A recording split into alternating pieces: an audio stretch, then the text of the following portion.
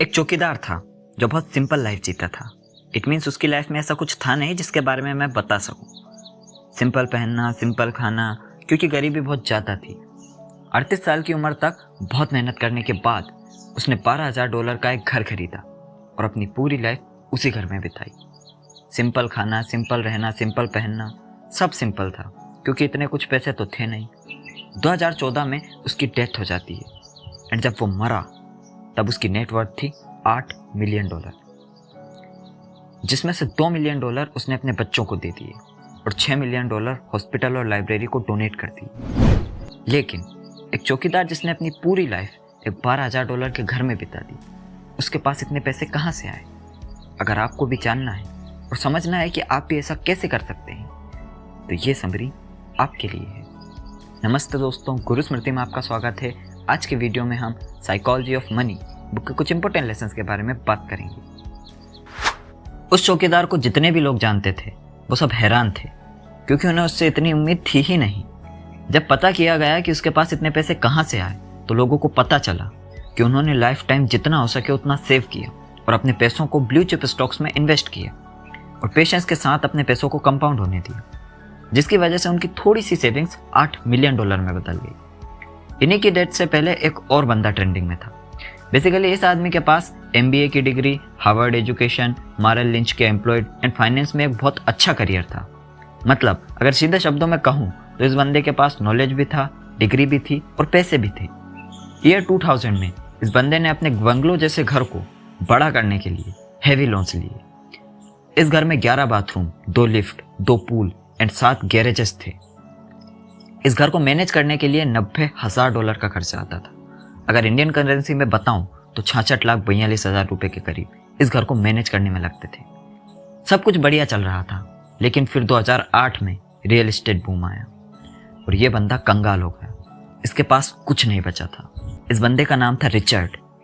2008 में इसने गवर्नमेंट को बताया कि अब मेरे पास अर्निंग का कोई भी सोर्स नहीं है।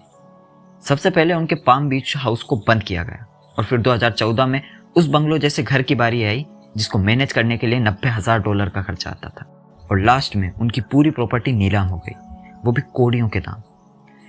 इन स्टोरीज से प्रूव होता है कि एक सिंपल आदमी फाइनेंशियल एजुकेशन वाले बंदे को पीछे छोड़ सकता है अगर वो दिमाग से काम ले और सेविंग्स करे तो।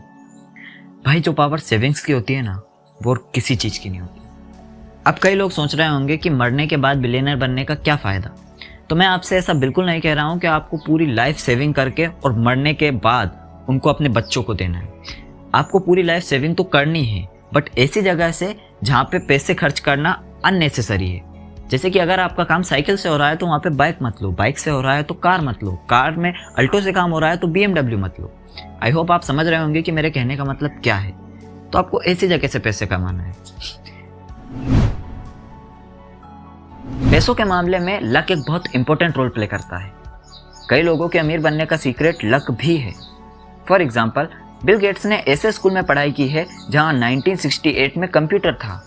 1968 में बहुत कम स्कूल्स में कंप्यूटर था। अगर टीचर बिल डाउगल $3,000 का कंप्यूटर नहीं खरीदते तो आज शायद बिल गेट्स इतने फेमस ना होते। बिल गेट्स खुद ये बात मानते हैं कि अगर लेक साइड स्कूल ना होता तो आज माइक्रोसॉफ्ट भी नहीं होता।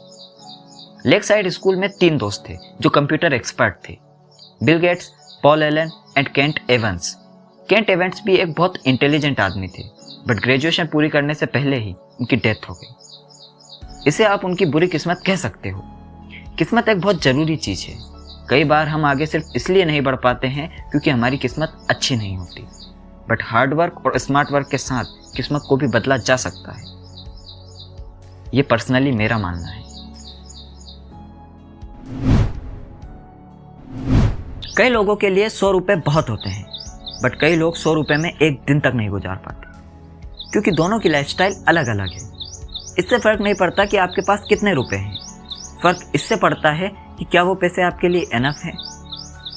बिल गेट्स 1 सेकंड में उतने पैसे कमा लेते हैं जितने कई लोग 1 महीने में नहीं कमा पाते, बट उन लोगों के लिए वो पैसे एनफ हैं। लोग दिन भर कंपैरिजन करते हैं। उसने कार खरीदी, मैं भी खरीदूंगा। उसने शादी कर ली, मैं भी शादी करूंगा। उसने साड़ी खरीदी, मैं भी शादी खरीदूंगा। उसने आईफोन खरीदा, मैं भी खरीदूंगा। 1 सेकंड, भाई क्यों कर रहे हो? अगर तुम्हारा काम स्कूटी से हो रहा है तो कार लेने की क्या ज़रूरत? अब मैं कार लेने के लिए मना नहीं कर रहा हूँ, बट कंपैरिजन करने के लिए कार मत खरीदो।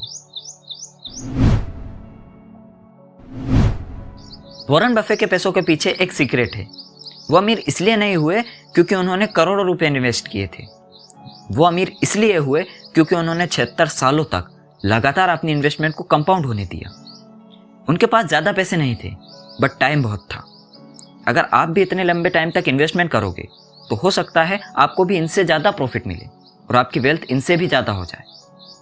तो भाई अगर आपके पास पैसे नहीं हैं तो टाइम का यूज़ करो। और वैसे भी टाइम से ज़्यादा महंगी चीज़ और कुछ नहीं है। अगर हो तो बता दो। Wealth is what you don't see. अगर कोई इंसान ये कह रहा है कि मैं मिलियनर बनना चाहता हूँ तो इसका मतलब है कि वो $1 मिलियन खर्च करना चाहता है। बट $1 मिलियन खर्च करना $1 मिलियन कमाने से बिल्कुल अपोजिट है। वेल्दी और रिच में बहुत फ़र्क है। जो लोग बड़े घर में रहते हैं, लग्जरी कार चलाते हैं और लोगों को बार बार अपने पैसों के बारे में बताते हैं कि मैंने ये ले लिया, मैंने वो ले लिया, वो रिच हैं, जैसा हमने रिचर्ड की स्टोरी में समझा था। बट वेल्थ छुपी हुई होती है। वेल्थ को सेव किया जाता है, जैसे उस चौकीदार ने किया था, क्योंकि वो चौकीदार वेल्दी था। वेल्थ का मतलब होता है वो चीज़ें खरीदने के लिए कैपेबल होना जिनकी आपको ज़रूरत है। अब आपको समझना है कि आपको रिच बनना है या वेल्दी बनना है। लेकिन फिर भी जाते जाते मैं एक बात कहना चाहता हूँ कि आपको वेल्दी ही बनना चाहिए, क्योंकि लॉन्ग टर्म में अगर वापस कोरोना जैसी कोई महामारी आती है तो इसमें आपको रिचनेस नहीं बचाएगी, इसमें आपको वेल्दीनेस ही बचाएगी। बाकी आपकी मर्जी।